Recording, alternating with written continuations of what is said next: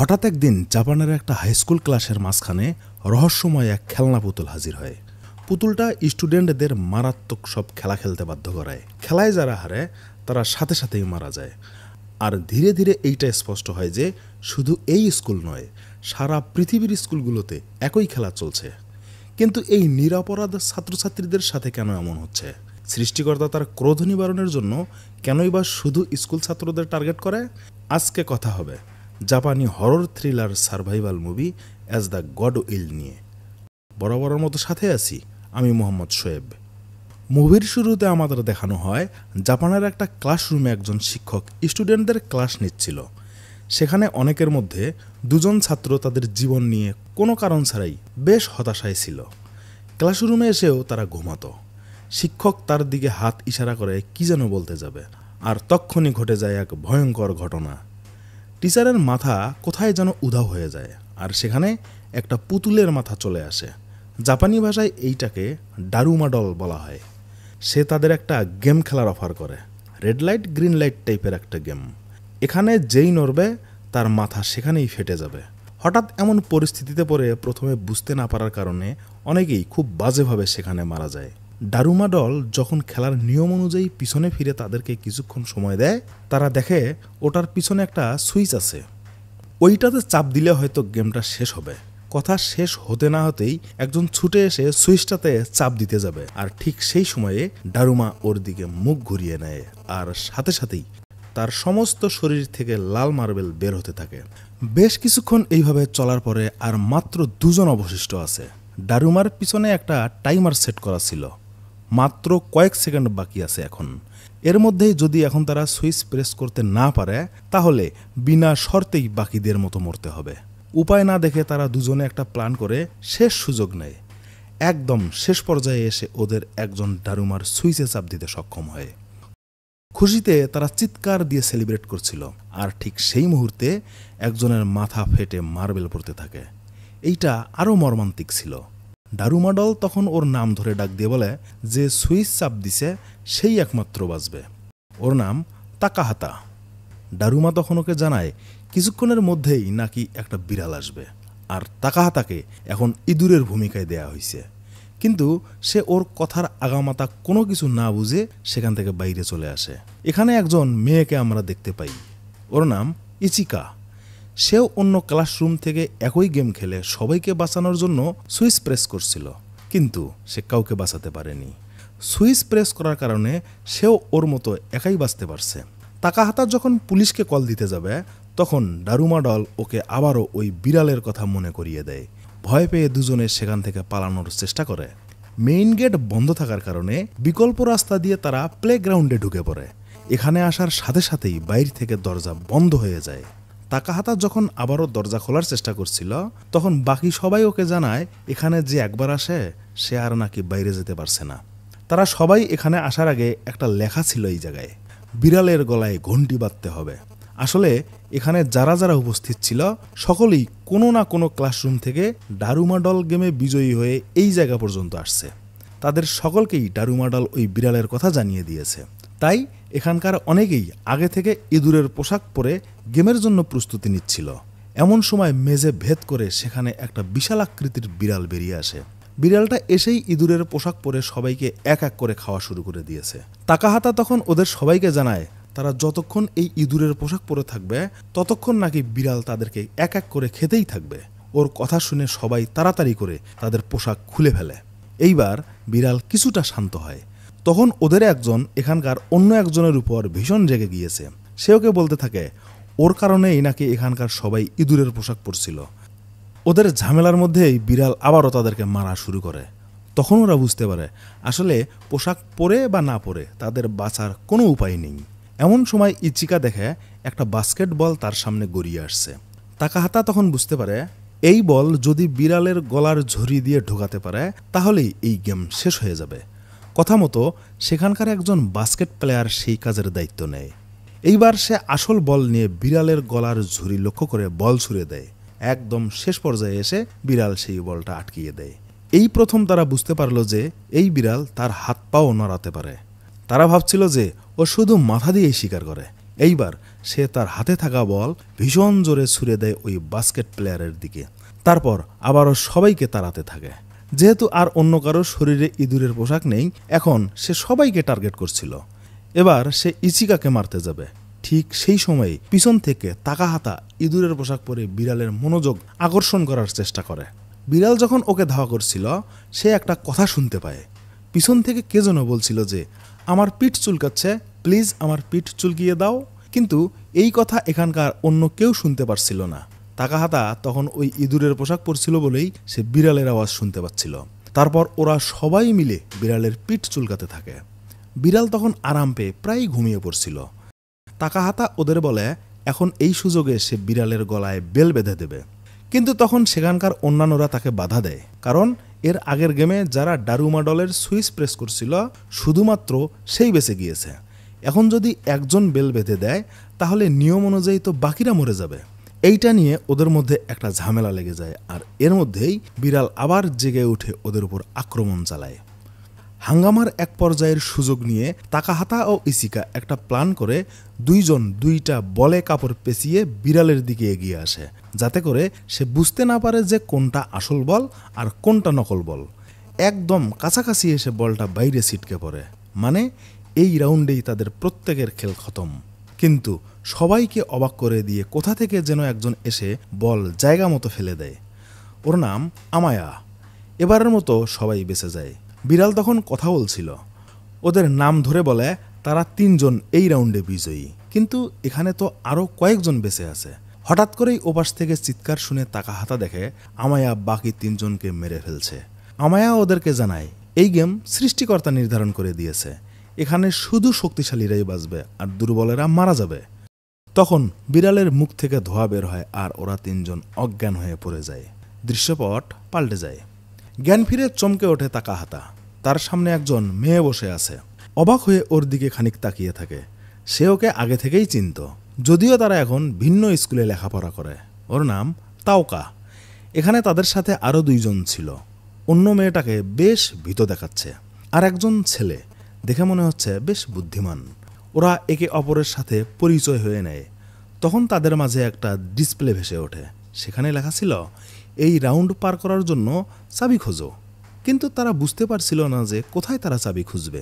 ভাবতে না ভাবতেই বাইরে থেকে 4টা অদ্ভুত আকারের কাঠের পুতুল ভাসতে ভাসতে ঘরের ভিতরে ঢুকে পড়ে।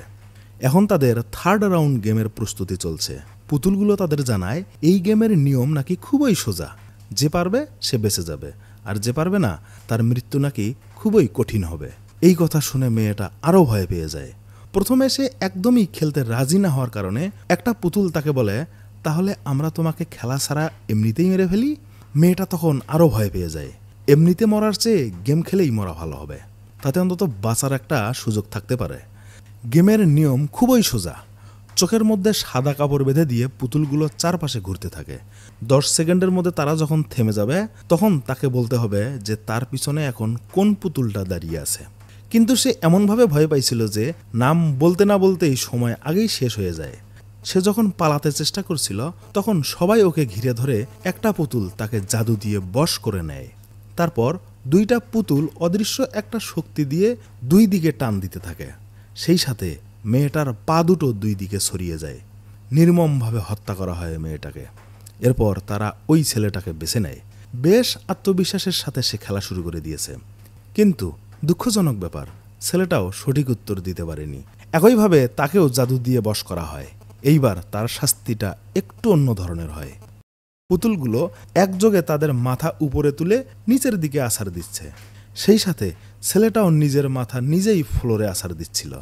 একের পর এক আছাড় খেয়ে সেও মারা যায়। এইবার ওদের দুজনের পালা। পুতুলগুলো এবার তাওকাকে খেলার জন্য আমন্ত্রণ জানায়, কিন্তু তাকাহাতা ওদেরকে জানায় সেই আগে খেলবে। এই কথা শুনে পুতুলগুলো বেশ অবাক হয়ে গিয়েছিল। যেখানে তাদের থেকে বাঁচার জন্য সবাই পালিয়ে বেড়াচ্ছে, আর সে কিনা নিজেই তাদের সাথে খেলতে চায়। কথা মতো সাদা কাপড় বেঁধে দিয়ে খেলা শুরু হয়। সময় শেষ হলে তাকাহাতা কোনো কথা বলে না। তখন একটা পুতুল ওর বাম পাশ থেকে বলে ওঠে যে ওর সময় শেষ। আর তক্ষুনি তাকাহাতা একটা পুতুলের নাম বলে দেয়, যেটা ওর পিছনে ছিল। তখন ওরা অবাক হয়ে যায় আর বলে, তোমার উত্তর সঠিক হলেও সময় কিন্তু শেষ হয়েছে, এখন তোমাকে মরতে হবে। তাকাহাতা মোবাইল বের করে ওদের প্রমাণ দেখায় আর বলে সময় শেষ হবার আগেই সে উত্তর দিয়েছে, মানে এতক্ষণ ওই পুতুলগুলো তাদেরকে মিথ্যা বলে গেমে হারিয়ে দিয়েছে। শেষ পর্যন্ত তারা এই রাউন্ডও গেইন করে, আর তখনই ওই পুতুলটা ফেটে গিয়ে একটা চাবি বের হয়ে আসে। তারপর যখন তারা বাইরে চলে আসে তখন ওরা দেখে যে একটা ছেলেকে ভয়ঙ্কর আকৃতির একটা পুতুল পিছন থেকে ধাওয়া করছিল। সে ওদেরকে চিৎকার করে জানায় তারা যদি একে অপরের হাত শক্ত করে না ধরে তাহলে এই পুতুল তাদের সবাইকে মেরে ফেলবে। তখন আমরা সেখানে ইচিকাকেও দেখতে পাই। একইভাবে তাকেও একটা পুতুল তাড়া করছিল। তাকাহাতা ছুটে এসে এক এক করে দুজনের হাত ধরলে ওই পুতুল রাগ করে সেখান থেকে চলে যায়। আসলে এই গেমে যারা একা বেঁচে ফিরছে শুধু তাদের পিছনে ওই পুতুলটা লাগছিল, কারণ তাকাহাতার মতো সেখানে কেউ ঐক্যবদ্ধ হয়ে গেম খেলেনি। এরপর সেখানে এক এক করে 7 জন বিজয়ী চলে আসে। প্রত্যেকের চাবি একটা দরজার মুখে লাগিয়ে দিতেই সেইটা আনলক হয়ে যায়। সেখান থেকে আওয়াজ ভেসে আসছিল যে তাদের এখন নতুন পোশাক পরে পরের রাউন্ডের জন্য প্রস্তুত হতে হবে। এদিকে শহরের অবস্থা ভীষণ খারাপ হয়ে আছে। তখন আমাদের দেখানো হয় তাদেরকে একটা সাদা 4 কোণা বক্সের ভিতরে রাখা হয়েছে। বক্সটা পুরো শহর জুড়ে চক্কর কেটে বেড়াচ্ছিল। দেশের প্রশাসন, সামরিক বাহিনী অনেক চেষ্টা করেও তার ভিতরে ঢুকতে পারছিল না। তাদের সমস্ত কার্যক্রম বাইরে থেকে শহরের মানুষকে দেখানো হচ্ছিল। এবার তারা একটা বরফ ঢাকা এলাকায় চলে আসে। সেখানে তাদের সাথে একটা বিশাল আকৃতির সাদা ভাল্লুকের সাক্ষাৎ হয়। তার ডায়লগ ছিল এমন যে সে নিজেও সাদা এবং তার প্রিয় জিনিসও নাকি সাদা। সে নাকি সাদা মনের মানুষদের বেশি পছন্দ করে।